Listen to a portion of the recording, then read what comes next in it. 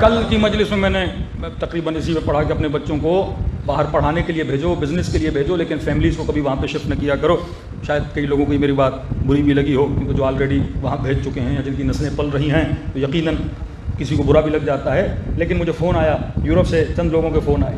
ایک مومن نے کوریا سے فون کیا کہ مولانا میں نے پاسپورٹ کی خاطر کورین عورت سے شادی کی اور تھوڑا بہت مسلمانوں سے انسپائر تھی، تو اس نے لٹرلی لکھا کہ میں مسلمان ہو گئی ہوں اور شادی ہو گئی. کہ شادی کے 4 سال بعد اللہ نے، ظاہر شادی کرو گے تو بچہ تو ہوگا، 2 سال بعد اللہ نے بچہ دیا. تقریباً 3 سال بعد اس نے حجاب چھوڑ دیا. 4 سال بعد بولنے لگی مجھے تو یہ دین سمجھ میں نہیں آتا، میں نے تو ایسے ہی شادی کرنے کے لیے تم سے بول دیا تھا، اب نہ میں اللہ کو مانتی ہوں، کچھ کسی کو نہیں مانتی، بس سارے انسان ہیں، میں سبھی کو مانتی ہوں. مولانا میرا کیا ہوگا؟ میں نے کہا بیوی مرتد ہو گئی ہے، اور جب مرتد ہوتی ہے تو آٹومیٹیکلی طلاق ہو جاتی ہے. کہ مولانا پھنس جاؤں کروں تو کیا کروں؟ جب ہم سوچ سمجھ کے قدم نہیں اٹھاتے، ابھی پتہ نہیں لگتا ہمیں، لیکن جب زندگی آگے بڑھتی رہے گی، جب اس دلدل میں پھنس جاؤ گے پھر انسان پریشان ہو جاتا ہے. اس لیے معصوم فرماتے زندگی ایسی گزارو، ہر قدم سوچ سمجھ کے اٹھاؤ. یہاں تک ہر دعا ہم کرتے ہیں نا عاقبت بخیری، یہ بات یاد رکھیے. ایک آنکھ ہوتا ہے آنکھ والدین، جب آپ کو والد آنکھ کرے تب بھی آپ جہنمی بن جاتے ہو. ایک آنکھ ہوتا ہے آنکھ امام زمانہ. اہل بیت بھی اپنے بعض شیعوں کو آنکھ کر دیتے ہیں جو دین میں سستی دکھاتے ہیں، جن کے اندر غیرت علوی غیرت حسینی نہیں ہوتی، جس کی آنکھوں سے شرم و حیا ختم ہو جاتا ہے. اور تصور کرو جسے امام زمانہ آنکھ کر دے اس پر جنت حرام ہو جاتی ہے. تو مومن اپنا ہر قدم سوچ سمجھ کے اٹھائے. کربلا میں آیا، امام حسین نے کہا کہ بس اب جنگ شروع ہونے والی ہے. کہنے لگا مولا میرے بچے کوفے میں ہیں، بچوں کو میں نے راشن لے کے نہیں دیا. بولا بس آپ کی اپنی جان آپ پہ قربان کرتا ہوں، مجھے اتنا وقت دیجئے، میں کوفے جاؤں، بچوں کو راشن واشن لے کے دوں، میرے مرنے کے بعد پتہ نہیں ان کا کوئی خیال کرنے والا ہے کہ نہیں ہے. امام نے کہا جا تو رہے ہو، کہیں ایسا نہ ہو کہ دیر ہو جائے، پچھتاؤ گے، کیونکہ ڈیسیجن تجھے آج لینا ہے. تو یہ کہے نا میں کل کروں گا، اگر کسی مجلس میں تجھے واجب و حرام کا پتہ چلا آج ڈیسیجن لو، کل کا کسی کو نہیں پتا کہ زندگی رہتی ہے یا نہیں رہتی. کہ مولا میں یوں گیا یوں آیا. تاریخ کربلا لکھتی ہے یہ گیا کوفے، بچوں کو سامان لے کر دیا، لیکن جب واپس آیا تو حسین کا سر قلم ہو چکا تھا. اس وقت رونے لگا. تاریخ لکھتی ہے دماغی توازن اس کا کھو چکا، کیونکہ امام نے کہا اگر میری مدد پہ نہ آ سکے، میں کیونکہ حلمن کی سزا دے چکا ہوں، اب گئے اور نہیں پہنچے تو جہنمی بن جاؤ گے. فرماتے دماغی توازن کھویا. یہ اپنے گھوڑے کے ساتھ نہر دجلہ میں گیا اور وہیں پہ مر گیا. خسرت دنیا والآخرہ. یہ لشکر توابین کیوں پچھتاتا تھا؟ جانیں سب نے قربان کی، لیکن کیا فائدہ؟ حسین تو جا چکے تھے نا، سیدہ زینب کی چادر تو لٹ چکی تھی نا، سکینہ تو یتیم ہو چکی تھی نا. اب فائدہ کیا؟ کہ جب زندہ ہے حق کا پتہ چلے تو فوراً حق کو کیا کر لو؟ تھام لو، کیونکہ زندگی کا کوئی بھروسہ نہیں ہے. صلوات پڑھے محمد و آل محمد.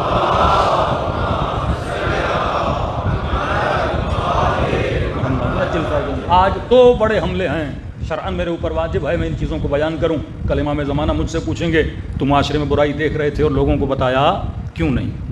جو نسلیں تباہ ہو چکی تو وہ تو ہو چکی، لیکن جو نسلیں ہماری جوان ہو رہی ہیں، سوشل میڈیا کے ذریعے سے مجھے سن رہے ہیں، قرآن اور اہل بیت کے بعد سب سے بڑی امانت جو خدا آپ کو دیتا ہے وہ آپ کی اولاد ہے. یہ ذہن میں رکھیے. اگر اولاد کی آپ نے تربیت نہیں کی، ان کی سوچوں کو ڈیولپ نہیں کیا، ان کو سپاہی نہیں بنایا اپنے امام وقت کا. آج دشمن نے مولوی کو مولوی سے لڑا دیا ہے نا، دشمن بڑا تیز ہے. اس نے بریلوی کو شیعہ سے لڑایا، وہابی کو شیعہ سے لڑایا، اہل حدیث کو مثلا دوسرے سے لڑایا، یہاں پہ مقلد کو اخباری سے لڑایا، مقصر بنایا، غالی بنایا، نصیری بنایا. اتنے فرقے بنائے تاکہ یہ آپس میں کیا کرتے رہیں؟ لڑتے رہیں. جب ہم آپس میں لڑیں گے ہماری توجہ دشمن کی طرف ہوگی نہیں.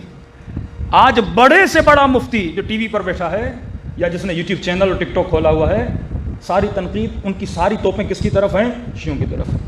اور ہمارے بعض نادان مولوی وہ بھی یوٹیوب پر بیٹھے ہیں، ان کی ساری توجہ کیا ہے؟ بس یہ دیکھیں کہ وہ مولانا کیا بولتا ہے، ایک جملہ نکالو اور آدھے گھنٹے کی تقریر اس پہ کر دو. یہ نہیں کہ قوم کا جوان کہاں جا رہا ہے، قوم کہاں جا رہی ہے. یہ نہیں کہ صرف شیعہ نوجوان گمراہی کی طرف جا رہے ہیں، کہ اہل سنت کے جوان گمراہی کی طرف نہیں جا رہے ہیں، کہ اہل سنت کے جوانوں کو گمراہی کی طرف نہیں لے جایا جا رہا. اگر یہ سارے علماء مل جائیں اور مل کے فحاشی کا مقابلہ کریں، مل کے بے حیائی کا مقابلہ کریں، تو سارے لوگ دیندار بن جائیں، لیکن ہم نے فرقہ واریت میں زیادہ توجہ دی ہے، لوگوں کی تربیت پہ کم توجہ دی ہے۔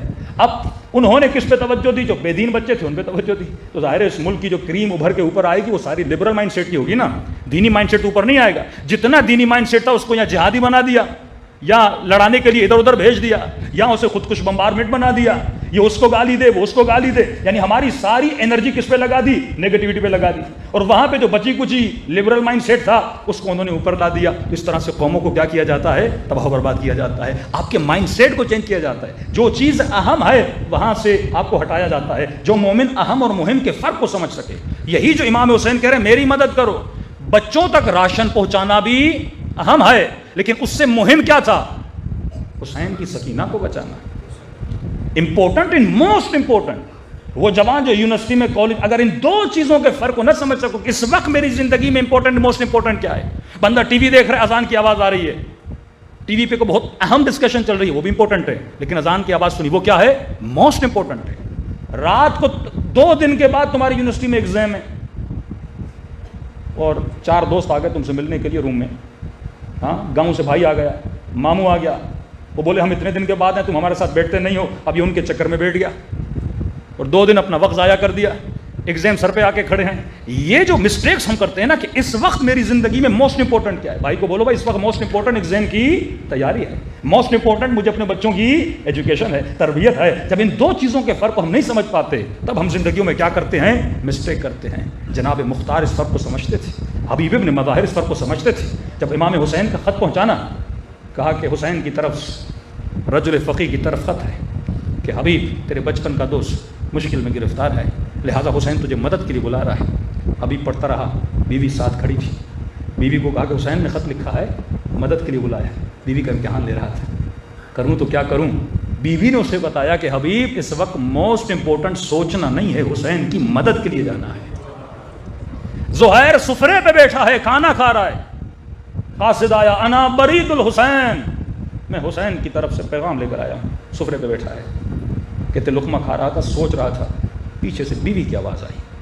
اللہ سلامت رکھے ایسی بیویوں کو جو اپنے شوہروں کو حسین کی طرف بھیج رہی ہیں۔